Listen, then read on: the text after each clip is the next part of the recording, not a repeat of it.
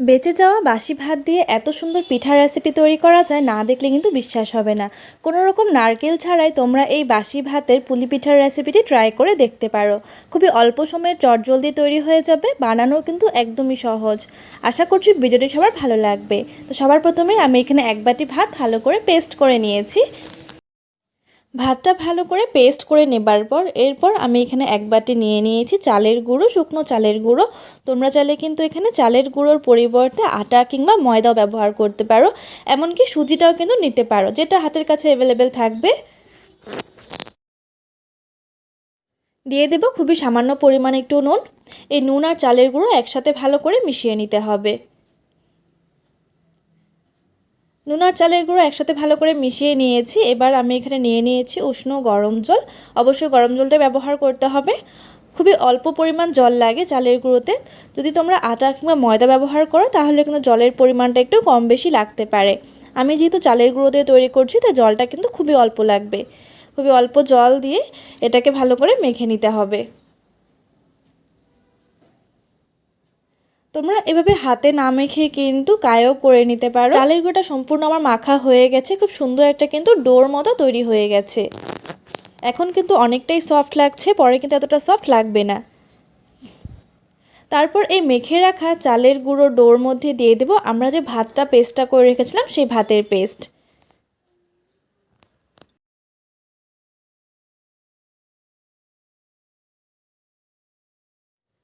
এবারে ভাতের পেস্ট আর চালের গুঁড়োটাও কিন্তু একসাথে ভালো করে মিশিয়ে নেব। মিশিয়ে নেবার পর এবার গ্যাসের ফ্লেমটা অন করে হালকা কিছু 1 থেকে 2 মিনিটের জন্য একটু গরম করে নিতে হবে। তবে হালকা 1 থেকে 2 মিনিট এই ডোটাকে গরম করে নিলে কিন্তু অনেকটাই টাইট হয়ে যাবে ডোটা। তোমরা অনেকেই বলবে যে এটা প্রথম দিকেই কাই করা যেত, কিন্তু প্রথম দিকে কাই না করে এভাবে যদি হাতে মেখে তারপর যদি এটাকে গরম করে নেওয়া যায় এর টেস্টটা কিন্তু একটু অন্যরকম হয়। অবশ্যই ট্রাই করে দেখতে পারো। ডোটা কিন্তু আগের তুলনায় অনেকটাই টাইট হয়ে গেছে। এবার এটাকে রেখে দেবো 10 মিনিটের জন্য এভাবে, আর 10 মিনিটের ভেতরের পুরোটা আমরা রেডি করে নেব।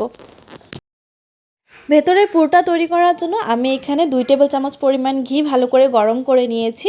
ঘিটা পুরোপুরি গরম হয়ে গেলে এর মধ্যে দিয়ে দেব গ্রেট করে রাখা গাজর কুচি। গাজরটাকে কিন্তু বেশ মিহি করে গ্রেট করে নিয়েছিলাম আমি। তোমরা চাইলে কিন্তু সেদ্ধ করেও নিতে পারো, সেদ্ধ করে ভালো করে ম্যাশ করেও নিতে পারবে। তারপরে এই গাজরটাকে বেশ ভালো করে কিন্তু ঘিয়ের সাথে একটু ভেজে নিতে হবে। নর্মাল যেভাবে আমরা গাজরের হালুয়া তৈরি করি ঠিক সেভাবেই কিন্তু তোমরা বানিয়ে নিতে পারো পুরোটা। শীতের সিজনে যেহেতু গাজরটা খুব ইজিলি অ্যাভেলেবেল থাকে তাই অবশ্যই তোমরা গাজর দিয়ে কিন্তু এই পিঠার রেসিপিটি অবশ্যই ট্রাই করে দেখতে পারো। ঘিয়ের সাথে বা গাজরটা ভালো করে ভাজা ভাজা হয়ে গেছে। এবার এর মধ্যে দিয়ে দেবো মিষ্টির জন্য সামান্য একটু গুড়। যেহেতু গাজরটা অনেকটা পরিমাণে মিষ্টি রয়েছে তাই মিষ্টির পরিমাণটা একটু কম করে দিলাম। তোমরা এখানে কনডেন্স মিল্কও ব্যবহার করতে পারো। গুড়টা ভালো করে গাজরের সাথে মেল্ট হয়ে যাবার পর এর মধ্যে দিয়ে দেবো খুবই নামমাত্র একটু নুন। যে কোনো মিষ্টি খাবারে সামান্য একটু নুন দিলে খেতে ভালো লাগে তাই দিয়েছি, তোমরা চাইলে স্কিপ করতে পারবে। দিয়ে দেবো একটা ফাটানো এলাচ, এটা ফ্লেভারের জন্য। তারপর এর মধ্যে দিয়ে দিচ্ছি ঘন করে জাল করে রাখা দুধ। দুধটা কিন্তু অনেকটা পরিমাণে ঘন রয়েছে, একদম পুরো সর জমে আছে দেখতেই পারছো। অল্প পরিমাণে দুধ দিয়ে এবার এই সব উপকরণগুলোকে একসাথে ভালো করে মিশিয়ে নেব। দুধটা সম্পূর্ণ অপশনাল।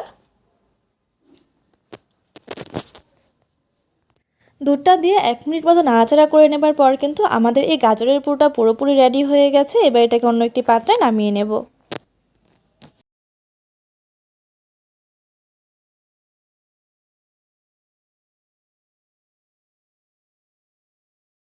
অন্যদিকে আমরা যে ডোটা বানিয়ে রেখেছিলাম সেখান থেকে দুটো বড় বড় লেচি কেটে নেব। যত বড় লেচি কাটাবে ততই কিন্তু চটজলদি তৈরি হবে।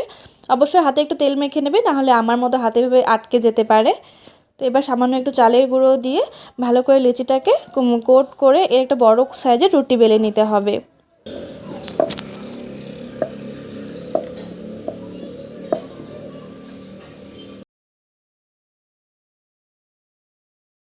রুটিটাকে বেলে নিয়েছি। এবার একটা ঢাকনার সাহায্যে এর থেকে ছোট ছোট করে গোল করে কেটে নিতে হবে, খুব ইজিলি হয়ে যাবে। এভাবে করে ঢাকনার মাধ্যমে কিন্তু গোল গোল করে রুটি কেটে নিতে হবে, তাহলে খুব চটজলদি রেসিপিটি তৈরি হয়ে যাবে।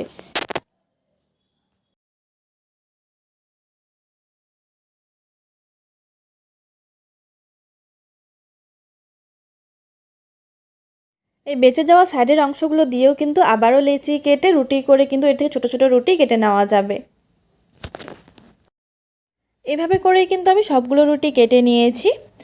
এবার এই পিঠাগুলো তৈরি করার জন্য প্রথম দিকে একটা ছোট সাইজের রুটি নিয়ে নেব, নিয়ে আমরা যে পুরটা তৈরি করে রেখেছিলাম সেই পুরটা এর মাঝ বরাবরিতে দিয়ে দেব, দিয়ে ওপর দিয়ে আরেকটা রুটি নিয়ে এর ওপরে দিয়ে দিতে হবে এভাবে। অবশ্যই একটু জল লাগিয়ে দেব যাতে এই পিঠাগুলো খুলে না আসে, জল লাগিয়ে একটু প্রেস করে লাগিয়ে দিতে হবে।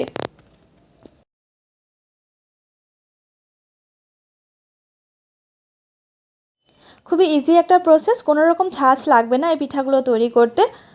পিঠার মুখটা ভালো করে বন্ধ করে রেখে এবার এটাকে ডিজাইন করার জন্য আমি এখানে একটা কলমের ঢাকনা নিয়ে নিয়েছি। তোমরা যে কোনো কিন্তু এমন গোল রাউন্ড কিছু নিতে পারো, নিয়ে হালকা হাতে ভেবে প্রেস করলে কিন্তু খুব সুন্দর একটা ডিজাইন হবে। তোমাদের হাতে যদি সময় না থাকে তাহলে ভেবে ডিজাইন করার কোনো প্রয়োজন নেই, এমনিও কিন্তু বানিয়ে খেতে পারো। তারপর একটা চামচের মাধ্যমে এই পিঠার থেকে সাইডগুলো একটু কেটে নেব, তাহলে দেখতে একদম পুরো ফুলের মতো লাগবে।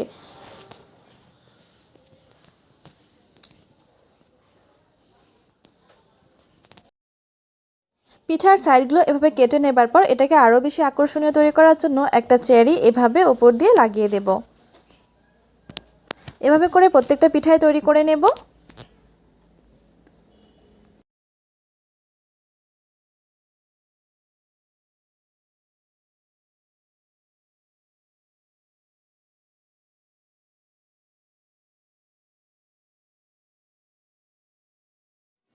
এভাবে করে সব তোমাদের এই পিঠার রেসিপি কেমন লাগলো অবশ্যই আমাকে কমেন্টস করে জানিও। ভালো লাগলে চ্যানেলটিকে সাবস্ক্রাইব করে পাশে থাকা বেল আইকনটিতে প্রেস করে দিও। আমি ভাপ দেওয়ার জন্য এমন একটি ছাঁকনি ব্যবহার করছি, তোমরা যে কোনো পাত্রে ভাপিয়ে নিতে পারবে।